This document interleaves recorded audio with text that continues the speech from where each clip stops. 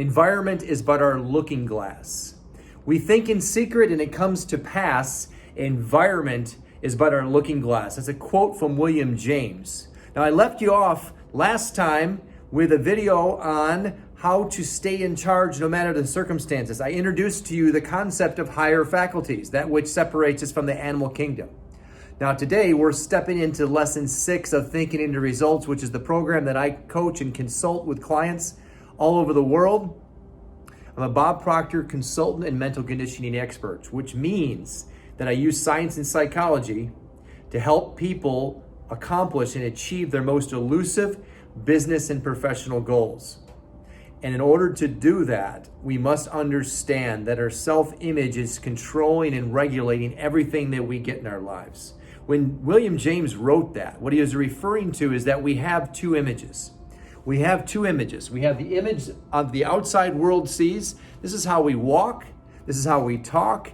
This is how we carry ourselves. And it's the version of ourselves that we would hope that we actually are. It's the version that we might post on Facebook so everybody thinks that we've got it all together. And then we have the real self. This is the inside, deep down inside our self-image. What we are, who we are, and more importantly, what we think we're worth. And our self-image was formed at a young age. When our subconscious mind was wide open, our conscious mind was not in place to block information coming in. So our subconscious mind was wide open and we were downloading data from our environment.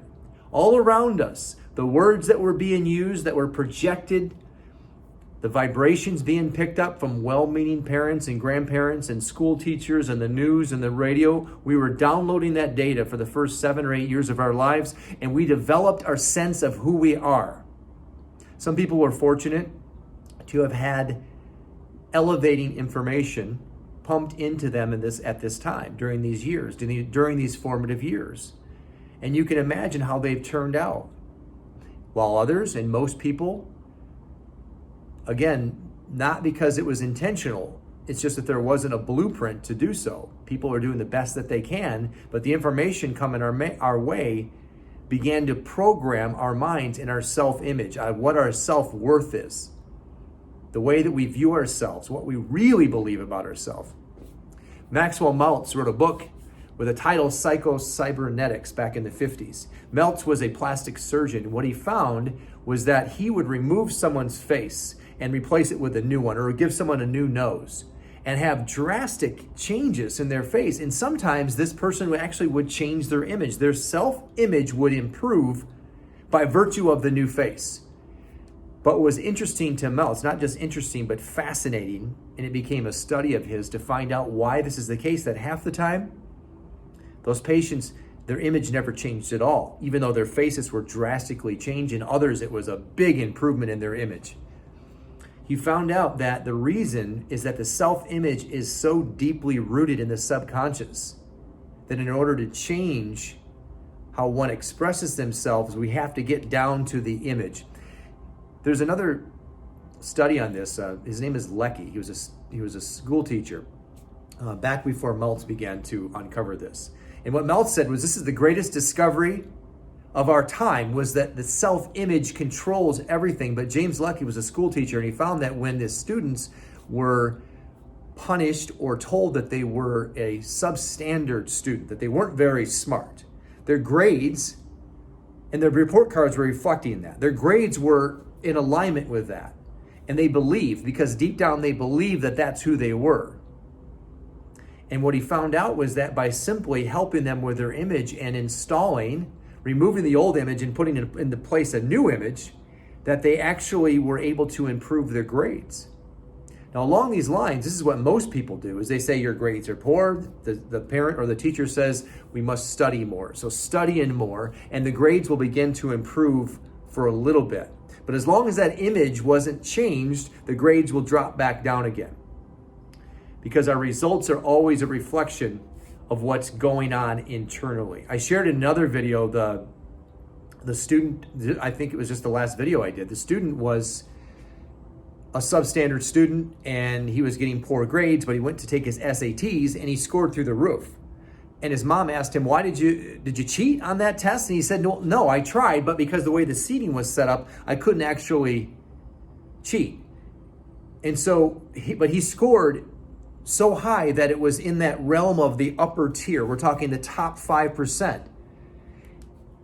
This is the interesting thing about this. His image now was that of someone who was smart.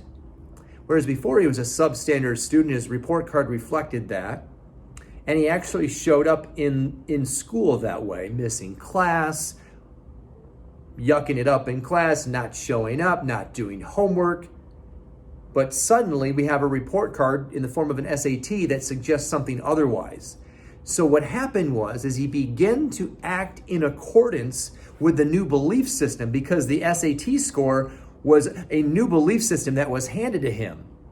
And so his actions began to follow that. In other words, he said, well, this is how somebody who is smart acts. So he began to show up to school every day. He began to do his homework. In fact, he got into Harvard.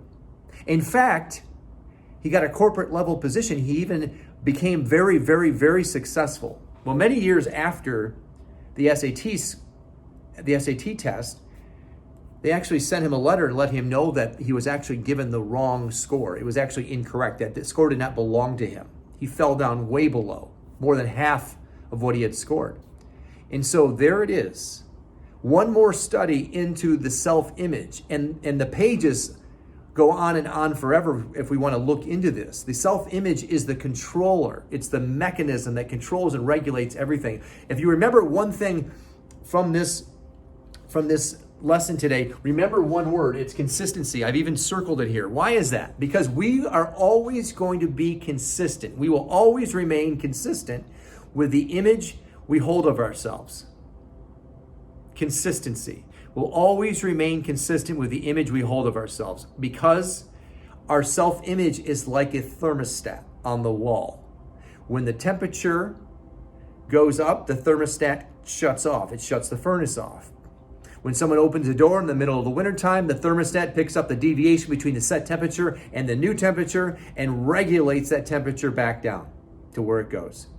And this is exactly why we can never outrun our self-image. We cannot change it. The door opens up. The temperature could otherwise influence the temperature in the home. The thermostat picks it up and regulates. So the self-image is regulated by a deep down, deeply rooted belief system. And we can't outrun it. We can't outwill it. It regulates us back to our self-concept, who we believe we really are. It's who we really feel that we are. A couple of examples that we can share. We all are familiar with the person who loses 10 pounds, 20 pounds, 30 pounds, and then gains it right back. Because when we try to deal with the circumference, that means outside of ourselves, external, and we don't work on the inside, we don't work on the image, nothing changes. It changes in the short term. And that change may last 6 months or a year, but ultimately we go back to who we believe we really are every single time. Someone that has a fit body, someone that is in shape, someone that works out all the time, and they identify with that image of being healthy. They don't do working out. They are healthy. And there's a big difference. Someone that says, I have to go to the gym, I work out, and they don't identify with that image, it's short-lived. So they lose the weight and they gain it back. Someone who says, I'm going to try to quit smoking, but they identify with, I am a smoker. You notice some tendencies here. When we follow a phrase with I am are the most powerful words in the universe. I am, insert the identity. We become the thing that we say we are. I am a smoker. I am, insert the thing. I am healthy, or I am overweight. Someone who tries to lose weight, regulate by the thermostat of the self-image back to their set weight, who they believe they really are, deep down inside based on the programming from 0 to 8. Someone who tries to quit smoking, same thing. One that's probably the most easiest to see, and maybe you didn't know what was causing this, but imagine the person that wins the lottery. Now, let's say that their set point, their image wasn't one of wealth and abundance. Let's say that they felt like the world was a tough place and they never really quite figured out money. They were lacking. They were maybe in poverty, or they never quite were able to do any. They didn't understand wealth consciousness, which is what it is. There's a wealth consciousness, and they land the lottery. We've heard the stories in the news. They get the lottery, the big, 2 million, 10 million, whatever that thing is, and they lose it. Why is that? Is that luck? Is that just dumb luck? One of my favorite quotes from the late Jim Rohn. He said, if someone hands you $1 million, best you become a millionaire so you get to keep the money. What do you think that means? It's really interesting. Think about that. Most people think that by having the money, you are a millionaire. Again, let's talk about the identity, the I am. They're not a millionaire. They're someone that were handed $1 million, but it'll slip through their hands like sand because their image is not one of I am. You see that? It's powerful. This is such a powerful concept. And so how do you change the self-image? How do we really remove the old and replace it with the new? Here's a couple things that you can think about, and we can share with you exactly how to do it later on. In the program, Thinking and Results, that I help clients with, lesson 6 is environment is but our looking glass. We think in secret and it comes to pass. Environment is but our looking glass. It is the self-image lesson. It is one of the most powerful things that we can help somebody break through, because it affects all areas of our life. Our self-image affects our relationships, our income, for sure, our businesses, absolutely. If we're not doing our sales, if we're a salesperson and we're performing at a certain level, the study on salespeople is ripe in the material on the self-image. If someone goes out to sell more than they believe they're worth, they will outperform it for a little bit because they're using willpower. You cannot outwill the image. It'll always regulate back. And there's studies in the book that Maxwell Maltz wrote, Psycho-Cybernetics. Pick the book up and read on the self-image, on the salespeople that believed that they were worthy of X and they were going for Y, and they reset back down. The self-image is that powerful. How do you change it? Begin immediately to act like the person that you want to be. In order to do that, we must identify those characteristics of that individual and then step into it. In the program that I help folks with, actually, there's a way to do that. There's a blueprint that we follow. And secondly, write down characteristics of that, make sure we're super clear on that, and then make it a habit. Make it a habit. And that's where most of the time folks, they fall off because they're not making it a habit. They say they're going to do it, but they don't habitualize it, which is what a mentor helps us do. Let me read to you what Neville Goddard wrote in an awesome book, one of my favorites. I would say it's a go-to. It's The Power of Awareness, and he talks about changing the image. He says, you must make your future dream a present fact. You must do this by assuming your wish fulfilled, the person you want to be. By desiring to be other than what you are, you can create an ideal of the person you want to be and assume that you already are that person. And he goes on to say that it's the height of folly to expect the incarnation of a new and greater concept of self-image, to come about by natural evolutionary processes. In other words, he goes on to say that in order to enact this change, you must be before you are. Now, I know that might rock your world for a second, and you may not understand what I'm sharing, and that's okay, because our levels of awareness raise as we begin to become involved in this material. And I'm heavily involved in it, so I know exactly what he's saying. It said we cannot, it's a height of folly to expect an incarnation through the natural process. In other words, it's not how we were built. I can't sit here and become someone else. I must do something about it, and the way to do that is a transformation of the mind through an intentional process. The process that we've described is through the blueprint in Thinking and Results. I'm going to leave you with this and understand this is what the image is. This is how we can understand the image. I am not who I think I am. I am not who you think I am. I am who I think you think I am. I am not who I think I am. I am not who you think I am. I am who I think you think I am.